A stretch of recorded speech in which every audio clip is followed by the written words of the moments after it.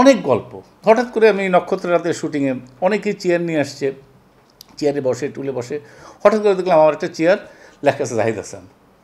বললাম কিসের জন্য? তুমি বসবা, তুমি আমার হিরো, সবাই চেয়ার নিয়ে বসে, তুমি টুলে বসে, এটা আমার ভালো লাগে না। চেয়ার গিফট করলো, মানে অসাধারণ জিনিস, এগুলো আমার স্মৃতি। আবার ওনার বই যখন ওনার বই বেরোতো তখন ওনার থেকে আমি অটোগ্রাফ নিতাম। তো একদিন বইটা বললো অটোগ্রাফ লাগবে না, যাও। ওনার সাইজ তো এরকম ছিল। দেখলাম যে আমার নামে উৎসর্গ করা, তো ওনার কী লিখবে।